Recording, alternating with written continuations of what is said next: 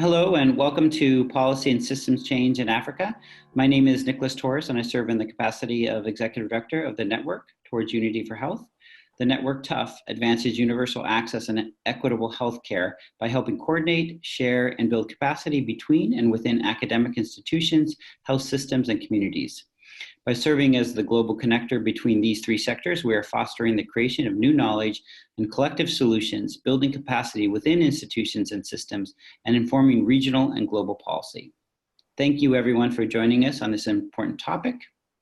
Please remember that this symposium is being recorded and will serve as a source of information when global thought leaders convene at the Network TUFH's Global Solutions Challenge to collectively design, test, and reach consensus on global recommendations on social accountability, interprofessional education, population health, and community approaches to engage and serve remote and rural, migrants and refugees, indigenous, women, and elderly populations. To provide a little context on today's symposium, we need to consider that around the world, global health policy leaders and associations, such as the World Health Organization and United Nations, are convening global leaders, publishing policy papers with recommendations, and releasing calls to actions, initiatives for political leaders and health system institutions to adopt and implement. These global and regional institutions and associations understand that adoption and implementation at the local level is very complex and must take into account the local political and economic circumstances. In one sense, many local or regional groups interpret these global policy and system recommendations as unfunded mandates that don't take into consideration local assets, successes, or initiatives. Additionally, many regional and national change agents may have the will and knowledge to implement these global policy and system recommendations, but either don't have the financial support or infrastructure capacity. In analyzing some of the limits of local change networks or policy change agents, we recognize that they are stymied by four factors. Often it may be leaders at local levels need to be better prepared to respond to their local challenges and optimize their local assets. Their relationships and experiences lead them to focus on local patterns they can observe and control directly. Secondly, local change agents or policy change agents need to take into consideration their own unique barriers, which often requires external technical support and pilot funding to demonstrate alternative practices are successful. These agents need the skill sets to do policy mapping, which is really the mapping of relationships and the complex dynamics that work in regional, national, and global contexts. And lastly, lessons learned from one local context are not always accessible for system-wide analysis and continued improvements, and therefore we need to have platforms to move these forward for collective learning and knowledge. So we conclude that despite agreement with many of the global policy recommendations and efforts, local change agents in their current strategies oftentimes result in limited change. So today we're focused on Africa's strategies to discuss their solutions and strategies. But first I'd like to introduce our panelists. Elsie, Elsie Kiguli-Malwadde, sorry Elsie, is the Director of Health, Workforce, Education and Development, the Vice Secretary General of the Network Towards Unity for Health. Welcome. Thank you. We have Godwin, who's a professor and president of the Association for Public Health Teaching, Research and Services in Nigeria, and also a board member of the Network Towards Unity for Health. Welcome, Godwin. Thank you, Nick. And we have Shabir Musa, who is in this capacity representing WONCA Africa. Welcome, Shabir. Thank you, Nick. So to get us started, I'd like to ask each of you to take 3 to 5 minutes to introduce yourselves, your organizations, and your work related to policy and systems change in Africa. So Elsie, would you like to start? Okay. Thank you, and thank you everybody for attending this symposium. I think it's important for Africa and of course for our global interactions and for the Network Towards Unity for Health. So as Nick has said, I'm the Director for Health, Workforce, Education and Development at AFREhealth in Uganda. AFREhealth is quite a mouthful. It stands for African Center for Global Health and Social Transformation. And we are based in Kampala, but we work globally, regionally, and also nationally within Uganda. And AFREhealth works in three main areas: governance and leadership in health, human resources for health, and strategic communication. And I work mainly in the human resources for health line, but of course, all these things work together. You cannot have a health workforce without proper governance and leadership, and the health workforce also needs strategic communication. So we work in those three areas on different projects. And you find that we actually do a lot of policy work, from trying to translate global policies into the local contexts. And we work in Uganda, Zambia, Kenya, Malawi, and Tanzania. So that's where our main, those are the main countries in Africa where we work, trying to link the work in those countries to the global initiatives, and also trying to lead the global work, to connect the global work to the national level work. I think for the time being, I will stop there. Thank you. Thank you, Elsie. And I'd also like to welcome Rose Nabirye, who's a panelist, and she's a senior lecturer at the Department of Nursing at School of Health Sciences at Makerere University, and a governing council member of AFREhealth, one of our strategic partners. So welcome, Rose. Thank you very much. So Godwin, would you like to do your introduction and provide the context of your work on systems and policy change in Africa? Thank you very much. I would like to first of all welcome our participants. As earlier introduced, I'm Godwin, Professor of Health Promotion and Community Health. I was the former head of the Department of Public Health at Babcock University, Nigeria, and currently the chair of the Department of Public Health at the Adventist International Institute of Advanced Studies graduate school based in Silang, the Philippines. I have 25 years experience in public health teaching, research and service, and at the university level. And my research interests include knowledge translation, health asset mapping, religion and health, community engagement in research, and social care.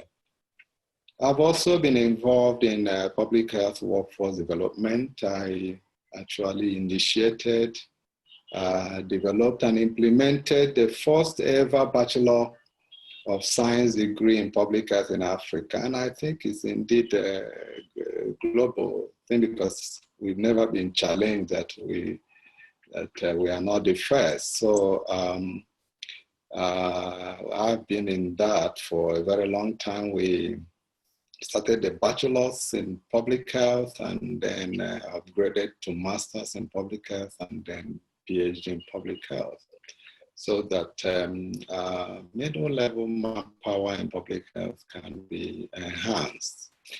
I've also been involved in promoting community involvement in health care decision-making research, and I've done this with several organizations in Africa and beyond. I will stop here for now. Thank you, Godwin. Shabir? Yes, thank you for inviting me to be part of this. I'm a family physician. I work in Soweto, which is a part of Johannesburg, and essentially provide care in that space as a clinician.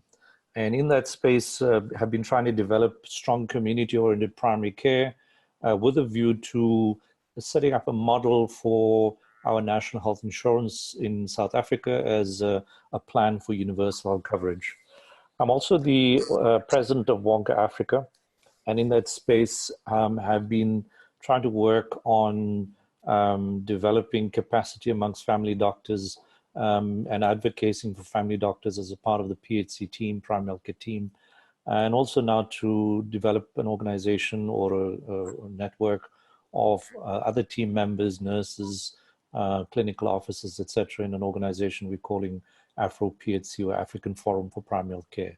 And the idea is to bring leaders in primary care together, and I think that the factors that you raised, I think, are really relevant. How do you build these skills up and relate to each other, even us as members of the team, find ways in which we understand, get the support to think in policy space and to be able to map the way in which we work in that policy space. So I think those are what I do and the kind of work that I'm doing. Thank you. Thank you, Shabir. And Rose, would you like to do an introduction and your work related to policy and system change in Africa? Thank you very much. I'm Dr. Rose Chalo Nabirye. I'm a nurse midwife by training. Actually, I'm a senior nurse in Uganda. I also lecture in the Department of Nursing, Makerere University, where I have grown, because this is the department where I did my bachelor's. And I'm also a governing council member of AFREhealth. AFREhealth, which stands for African Forum for Research and Education in Health.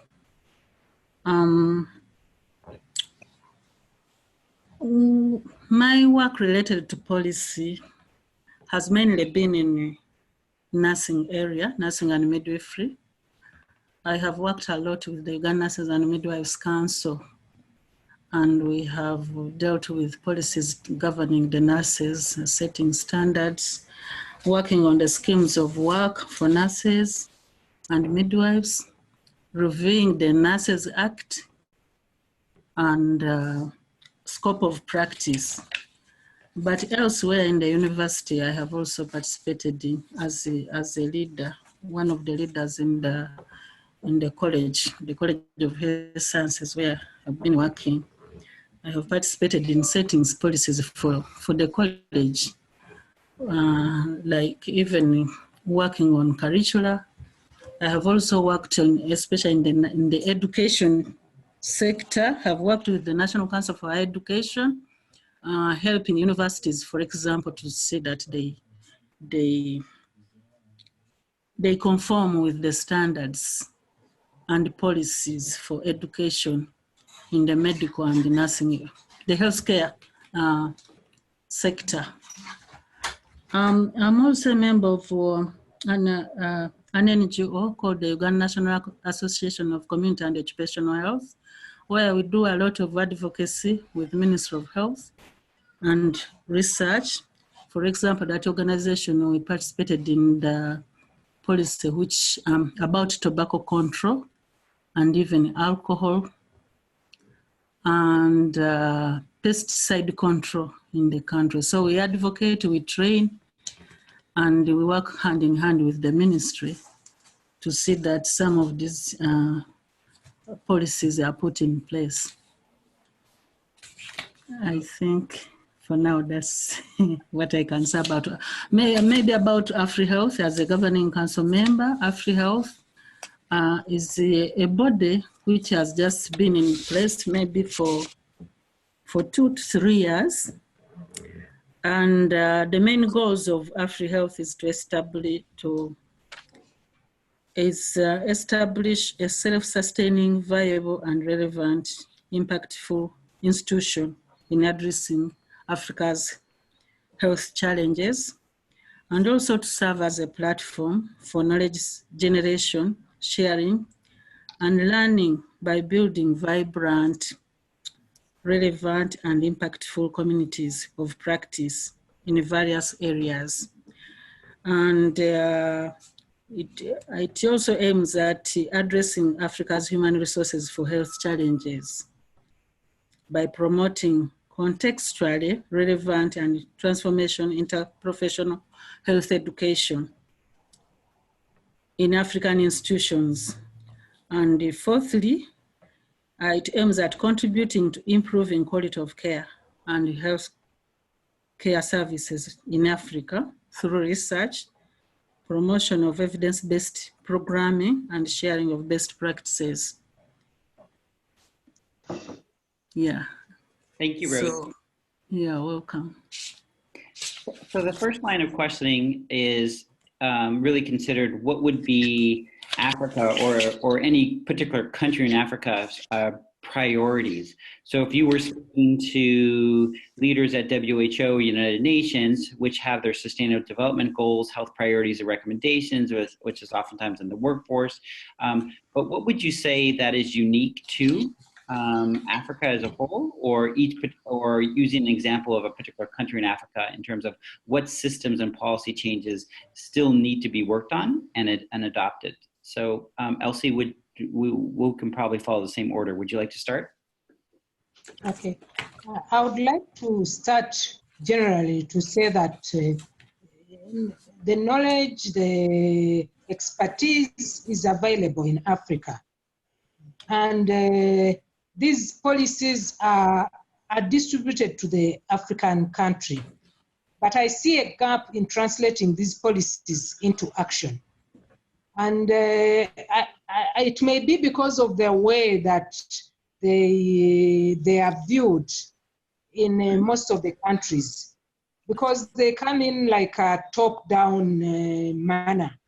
So it's like African countries are there to receive these policies. We sign on to agreements. We probably keep them on the shelves. But sometimes it's so difficult to translate them into action. And I've seen this there. You see, my background is mainly health professions education. And you see these global policies on transforming health professions education, on scaling up the health workforce so as to save lives, all those big policy papers that have come out. But it is so difficult to see them really being translated and put into action at the country level, at the local level, maybe in the schools themselves. So I see that gap of translating these policies into action, and that is at looking at it globally, looking at all the policies globally for African countries. So I wonder, how can we really communicate these policies better in the African countries? Because if they are viewed as top-down, then they are not likely to be implemented. So maybe that will come later on as we suggest solutions, but that is, for the time being, that is my contribution. I think Godwin can go on and So as I turn it over to Godwin, but if I understand correctly from you, Elsie, which was brought up in a similar symposium, that when it's top down, oftentimes particular countries may not adopt them. And there needs to be this essential component of process that involves the local actors and their assets in that process. And then are you saying that by involving them in the process and the communication of these strategies and policies, they're more likely to adopt them and then implement them? Yes, and it may be just that that's how it is viewed, because maybe our policymakers really are involved and in the process of coming up with them. But when they come to communicate them to the implementers, that is maybe the health managers, the communities, maybe that is not done very well. And that may lead to the appearance like it is top down. So there's a need to communicate them in a simpler manner, probably, to those people that will put them into action. Thank you, Elsie. Godwin, can I turn it over to you? Elsie, you made the point. Actually, the current knowledge and expertise of Africa local community change agents as it relates to system and policy change is still evolving. And One thing that I've seen over the years is that many of these policies, many of these existing policies are not domesticated. Okay? Local community change agents usually were not involved in the formulation of those policies. And so when it comes to implementation, it becomes difficult because there was no engagement. And so for the change that we need to occur, we cannot afford to underestimate the power of local knowledge, the power of the local people, the power of all the stakeholders in contributing to the development of the policies, so that when it comes to implementation, it becomes possible. And so I quite agree with you that the top-bottom approach doesn't work. It should rather be bottom-up. So great. And Shabir, would you like to continue with the conversation? Yeah, well, I think that it's not just, I think the point that implementation of policies is a challenge in Africa is true. Capacity is a problem, but I think the way in which policy is designed is the problem. And it's not just at a country level, the local level might be thought of as that, you know, policymakers at a country level to be involved. I think there needs to be a strong engagement of all stakeholders, including communities, as Damaris has pointed out, and a whole bundle of other people. So in the space of primary health care, we're very concerned that lots of time policies are unleashed that in fact don't think through the process on the ground. They come out as very verticalized programs that undermine good, strong primary health care, integrated primary health care. And that's our experience on the ground as clinicians. How do we deal with it is another story. I think that to me, we have to gather together, capacitate each other very locally. And I think that's just, like I said, not only at a national level, but at a local level, but getting partnerships between the different members of the team, doctor, family doctor, nurse, community health worker, and even communities, to be able to ask the question, how are we part of the policy process? What does our voice, what do we say? And build up the same skills, I think. And that is what I would definitely ask that's this grouping, this process to examine. How do we actually build up capacity at a very local level? So Rose, as I turn it over to you, I think there's a theme evolving here where it's not about what the policy is or the recommendations. It's really about the process that's more important if we ultimately want to achieve systems and policy change, adoption, and implementation. And that starts from engagement from the bottom up. It starts involving everybody in the process. And then I think, Shabir, as you added to the conversation, it's also about capacitating each other through probably stories and conversations. So Rose, let me turn it over to you. Thank you very much. I completely agree with Elsie and the other speakers. Yeah, the stakeholders below the ladder need to be, maybe in most policies, they are not involved. If I take an example of nursing, for example, many policies in healthcare come into play when the nurses, because the nurses, for example, they may not be at that higher level, policy level. There are very few trained to be at the policy level. So you find that the policies just come and you find how did this one even come in place? So involving all the stakeholders from the grassroots matters, but also how it comes down to them. And the other issue is also that sometimes these policies may actually be there, but you find that many stakeholders are not aware and not aware of the policies themselves. So then how do they implement these policies? That is another issue of the people, the stakeholders, or the people who are supposed to implement, knowing what is in they are supposed to implement. That is one thing also which I see as a problem.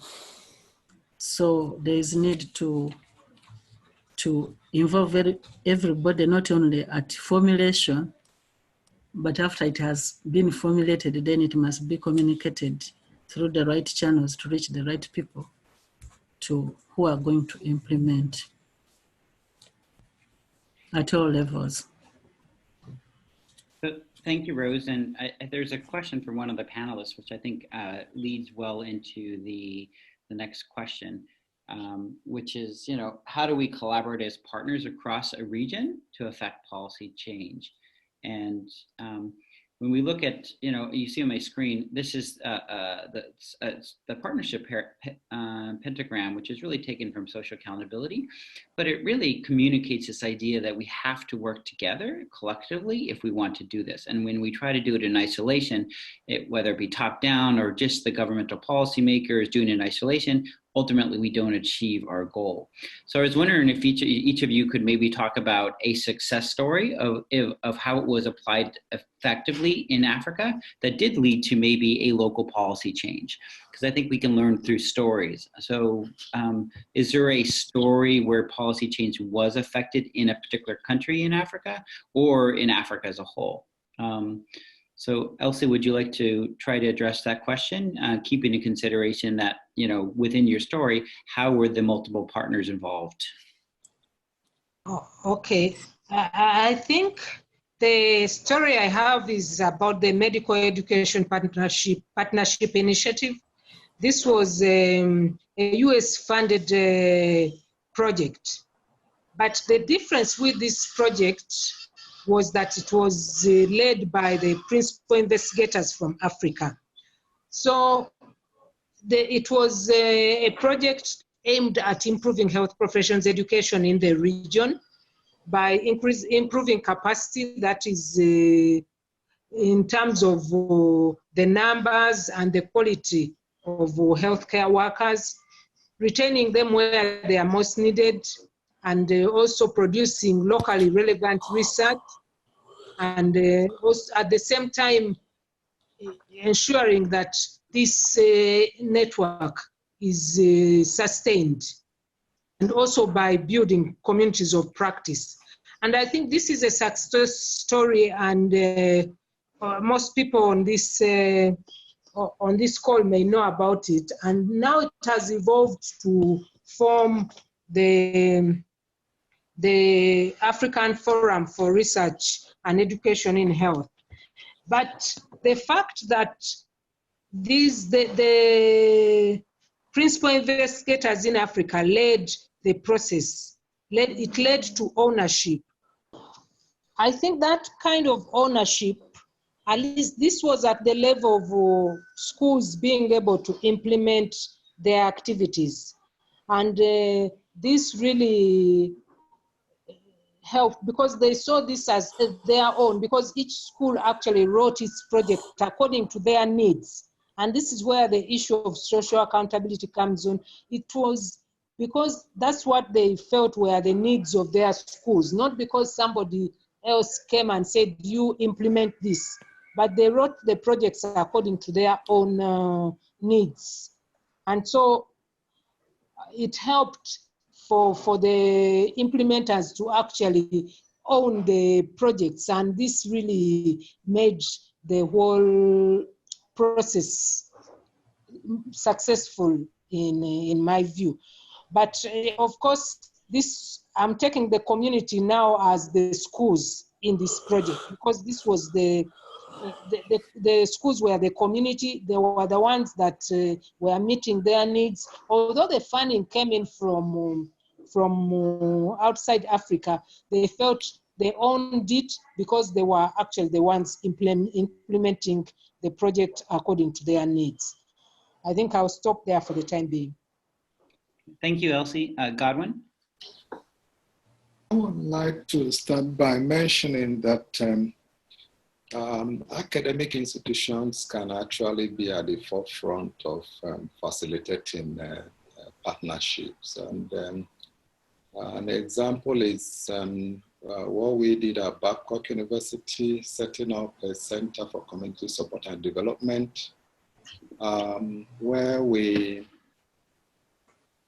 partnered with top-level policy change agents and in relations with, in connection with the community to actually determine their priority needs and then work together to come up with means of addressing those needs. So academic institutions have a major role to play in facilitating these partnerships.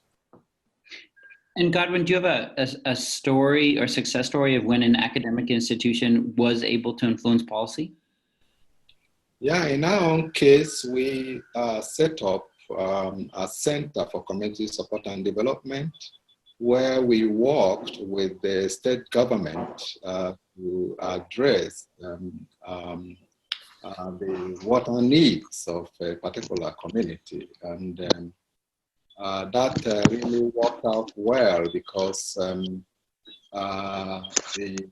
the university served as the collaborating center that brought the Ministry of Health, the State Ministry of Health, together with the community and created a talking point where that particular water need was addressed. And on that note, I think that if academic institutions lead out and then take these bold steps, it becomes easier to pull in other stakeholders. Thank you, Godwin. Shabir? Well, some stories in the South African context. HIV is one of those. We had a government that refused to take it seriously in 2008 for the 10 years preceding that. And it was communities together with academic health professionals that were funded to provide care, showed evidence of its benefit, and built an alliance around shifting policy. And that is essential in shifting the mindset amongst the politicians. Today we have this largest rollout HIV program, and it's a function of that kind of activism. Fortunately, that was funded largely by research organizations to be able to get going like that. And now with USAID funding. I have another example of something where it's probably had more effect than me sitting in a boardroom.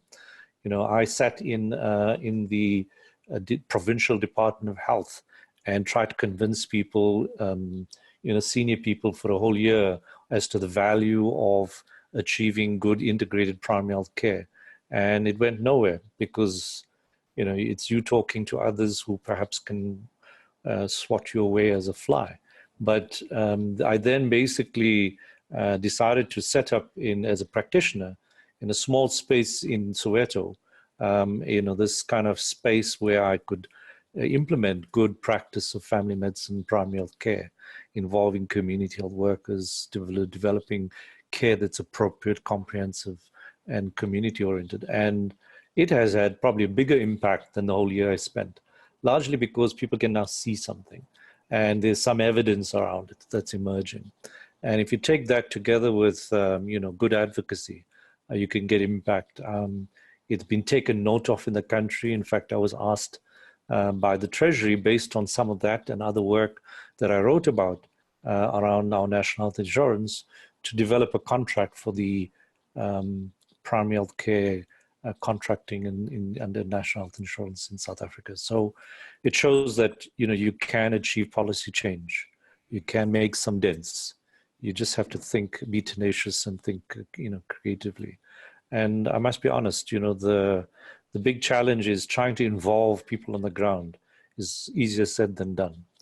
The gap in conversation between those on the ground and those at the top, like Rose brought up, if a nurse looks at a policy and says, my God, what were they thinking? It's true. But then let's take nurses and doctors and put them into the boardroom of policy discussions, and they will feel very intimidated. They will not be able to engage with the conversation because they're just not in that space often enough. And one needs to actually get people trained to be in that space. It's a special bunch of people. And I mean, the people around the table are that kind of special bunch.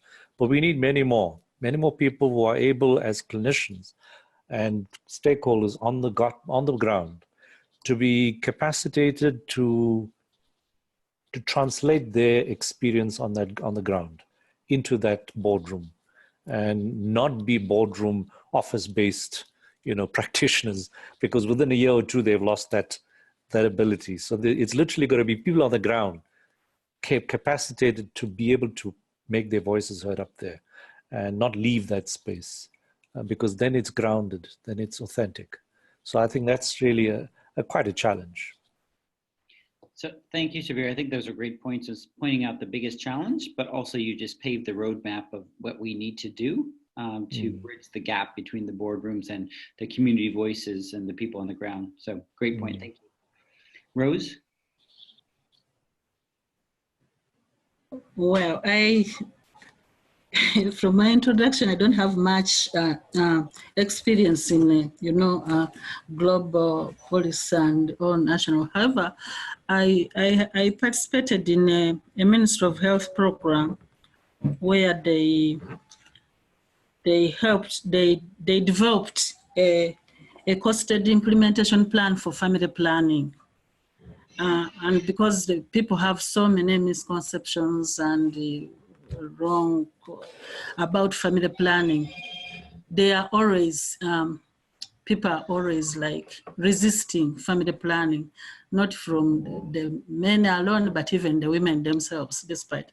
However, there is this program for developing costed implementation plans for districts in which I participated. And I happened to go to northern Uganda, where it is really, really hard for people to accept, because they have their cultures and what their traditions of being herdsmen, and they don't need family planning, because all sorts of things.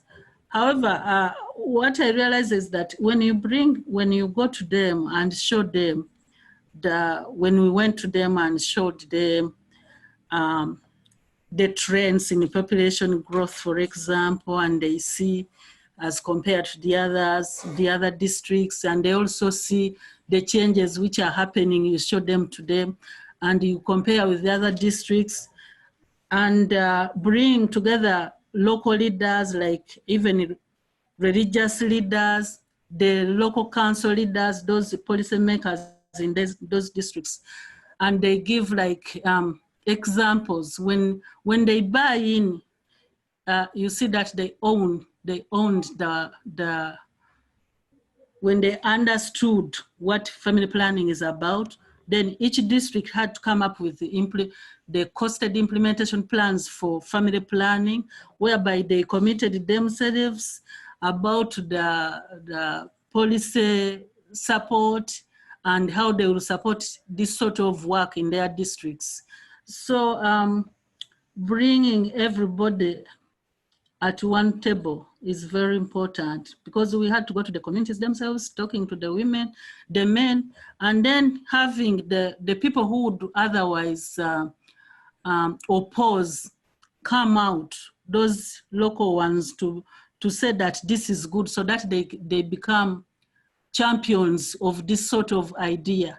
Then we saw that it was being accepted slowly by slowly, and it's very important to get those people, the stakeholders who would otherwise be on the opposite side, to come on board, to bring them on board, so that you can come to an agreement, explaining to them what it is about and why it is good, and the advantages and disadvantages. So when they understand, they normally take up the policies and implement. So that is one of my experiences. But also on a small scale, like here in the College of Health Sciences in Makerere, when we started when we changed the way of teaching from lecture-based to problem-based learning, I know that at first we had a lot of resistance from the senior doctors, from the medical council. Everybody came up in arms. How are they teaching these doctors? How can they let them teach themselves? But eventually, when they would be called on board to attend the meetings and see how the students go through these problems and how they come up with, to solve or to understand, come up with objectives. Now, everybody accepts that problem-based learning is the way to go. So thank you. I think that's a great case example of, good ideas, of how they potentially can be implemented, but it often takes a long time and a lot of work to actually do it. So, but a great example. So I'd like to shift the conversation a little bit to, the themes have been that it's most of effective policy and system change starts from the ground up through engagement involving the people on the ground, whether they be the individuals or the institutions or the members themselves. So it brings to this question, like, what is the role of international or national groups such as WHO, United Nations? You might even put the network TUFH into that, who do not exist on the ground but want to support these efforts. And so I was wondering if each one of you can talk to what are the current practices of these international or national groups wanting to see local change and policy change at the local level, but not there. So what do they currently do? And then what would be your recommendations of how they might do it differently that would be more productive for it to support the local change networks or policy change agents? So Elsie? Thank you. For me, I would give the example of the network towards Unity for Health, TUFH, because I think it does it the right way. First of all, it is a network of networks. So you find that because it involves so many people, different interprofessionals, right from the communities, there's a lot of emphasis on community engagement, that even when we go to, like, for example, a conference, the communities are involved in our conferences. And so this gives a way of breaking the silos. So already the community of the network towards Unity for Health is interprofessional. And for me, it really brings it breaks down the barriers, because I'll hear from a family physician, the nurses are there, the physiotherapists are there. So it's really interprofessional, and it, I think when we come out with the communique, it's really received by a wide group of people that can use it in their areas of practice. And also it's the fact that we are working with like the WHO, that gives us leverage, because we have people right from the communities are engaged, we have all the different professionals, and then we link up very well with the WHO, and this makes it easier for us to be change agents in our areas of practice. And also I see a way of making things simple. Our conferences are usually very down to earth, that people present work that they are really doing on ground. And I think that is a good way of influencing what is happening in the different communities. So that is, I'll start with the positive. I think the network towards Unity for Health is really doing it very well. But there are times when I see international bodies having difficulty with translating their policies. And I think it's still the issue that has been discussed, the issue of the boardroom, because they don't have these actors right at the ground. They implement through maybe different organizations. And sometimes it may be difficult for them actually to influence and see how those policies are really taking place on ground. So involving everybody, I think still it comes down to involving the stakeholders to be able to implement those policies. I will stop there for the time being. So thank you, Elsie. And Godwin, I'll turn it over to you. And one thing additional to consider is a previous symposium, they recommended that international groups should really focus and drive their resources, some of them financial, to allow local groups to drive data and research and pilot studies. So if any of you want to incorporate that thoughts on that subject into your comments, that'd be great. So Godwin? Yeah, I think that currently sometimes it's difficult to connect with most of these international organizations and international agencies, especially those in the academic institutions. Sometimes there's no defined way of engaging those groups. Especially in addressing community needs. And when there's no well-defined interaction that culminates into developing a plan, in many cases, the organizations come with an agenda that sometimes revolve around selective intervention, just come in and do one project that addresses just one thing without even considering the needs of communities. So again, the idea of partnership, working with these different entities and in a way that allows for well-defined, sustainable programs, rather than just allowing each entity to carry out whichever program they consider necessary. Thank you, Godwin. So Shabir, turn it over to you. Yeah, thanks. I'm actually sitting in Johannesburg, but a WONCA Africa team is sitting in Brazzaville. I'm going to join them tomorrow. And it's actually meeting with the WHO AFREHealth. And I've been sitting and listening into the conversation, contributing somewhat. And, there are a bundle of different clusters and different units, each with a disease on their own, talking. And each conversation, they're kind of telling us, well, can we set up a set of priorities? And our conversation is ending up saying, well, all of what you say is priority because we are in primary care. But let's look at how we can take the process forward. And in some ways, we said, well, let's just get to know each other better.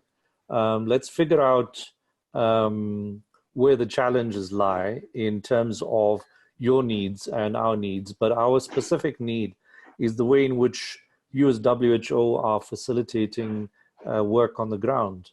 It's very sort of fragmented implementation. Systems are not thought of. So there's a paper that is going to be discussed tomorrow around district health system strengthening. And it's one of those questions we have to ask: how are we changing the policy agenda? Can we understand their needs and then get our needs to be engaged in that?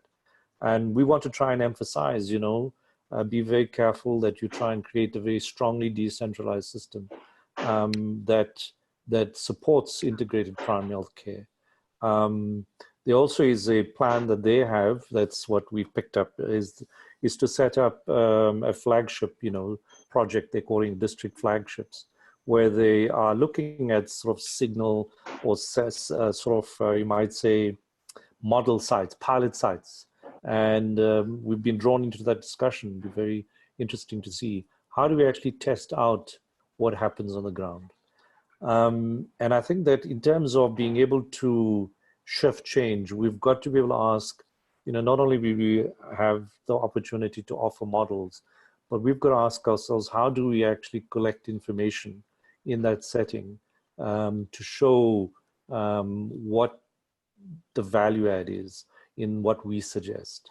If we think continuative care matters, how do we structure it in the African setting and collect data around it and make it practical and real for Africa? Are we talking about personal continuity, which is impossible? Or are we talking about management continuity, which is very, very possible with a team-based approach? So I think that's the kind of conversation which we need to engage with such stakeholders. And I think there are plenty. In the sort of attempt to set up the AFREPHC, bringing all the team members together, there are lots of people waiting to be part of a discussion like this. And it's quite surprising that there's been no attempt in Africa to look at primary health care as apart from the rest of the health system, because it's all too easy to talk health in Africa and then suddenly find all the resources and attention is swallowed by hospitalist specialist thinking and care. So I think that's just an example of engaging, such stakeholders as WHO. Thank you, Shabir, and your working on both fronts was great in terms of moving this conversation forward. Thank you, Rose. I don't think I have anything to add from what the well experienced panelists have said. The international groups, to my experience, I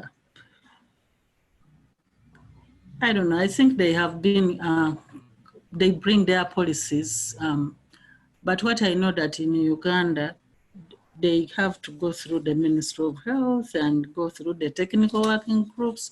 So I think they work together, they partner before they come up with any policy.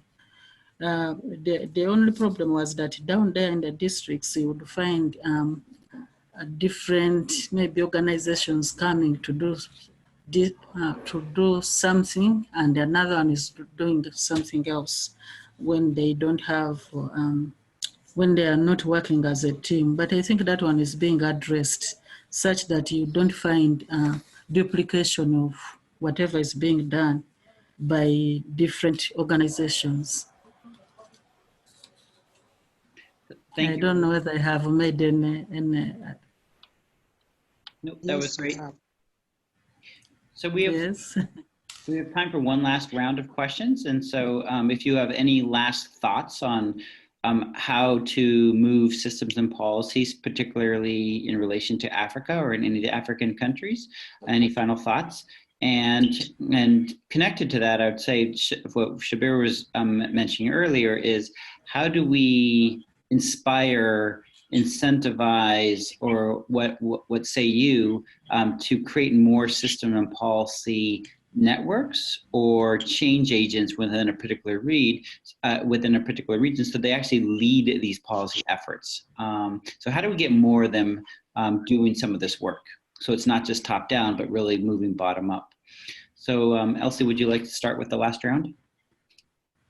Okay, thank you. So I think it's about creating communities of practice that are interprofessional, that can address these issues in a manner of bringing everybody on board, including all the stakeholders.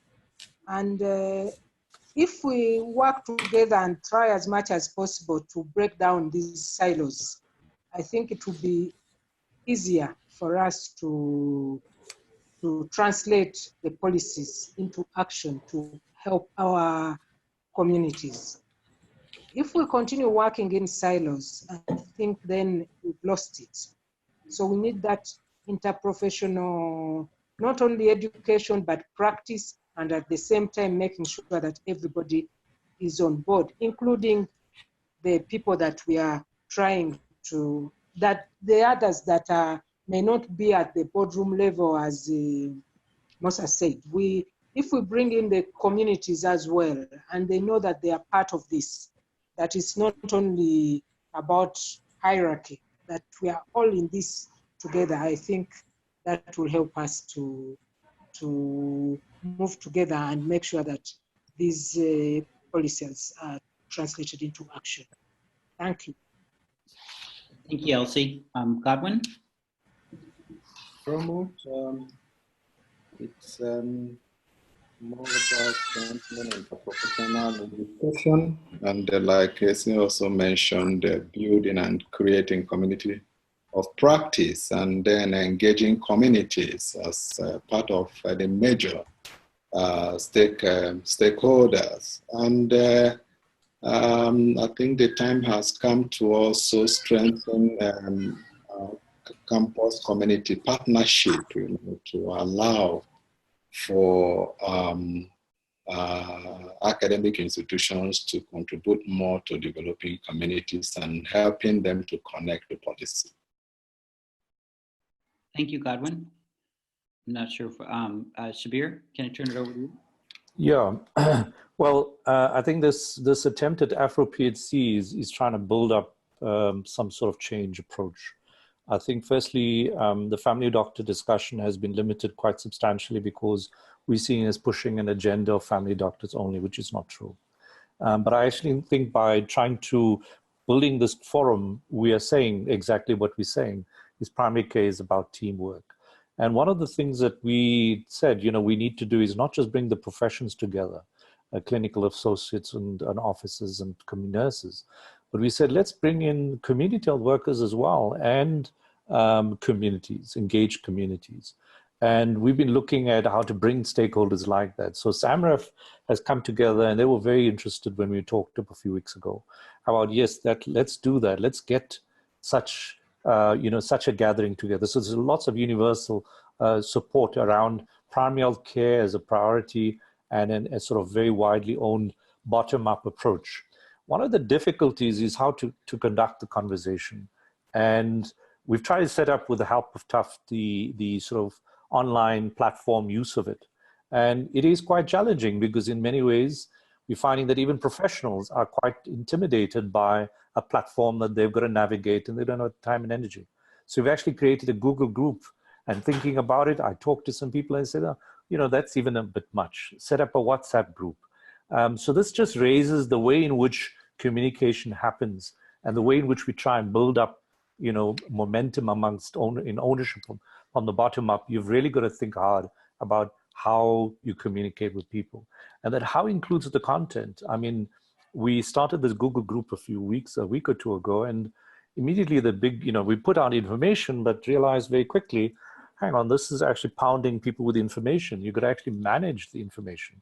If you really to capacitate people, we can't throw out a barrage of details that make people feel intimidated. So one of the things that we had in mind is to bring people together, get to know each other, which is quite challenging.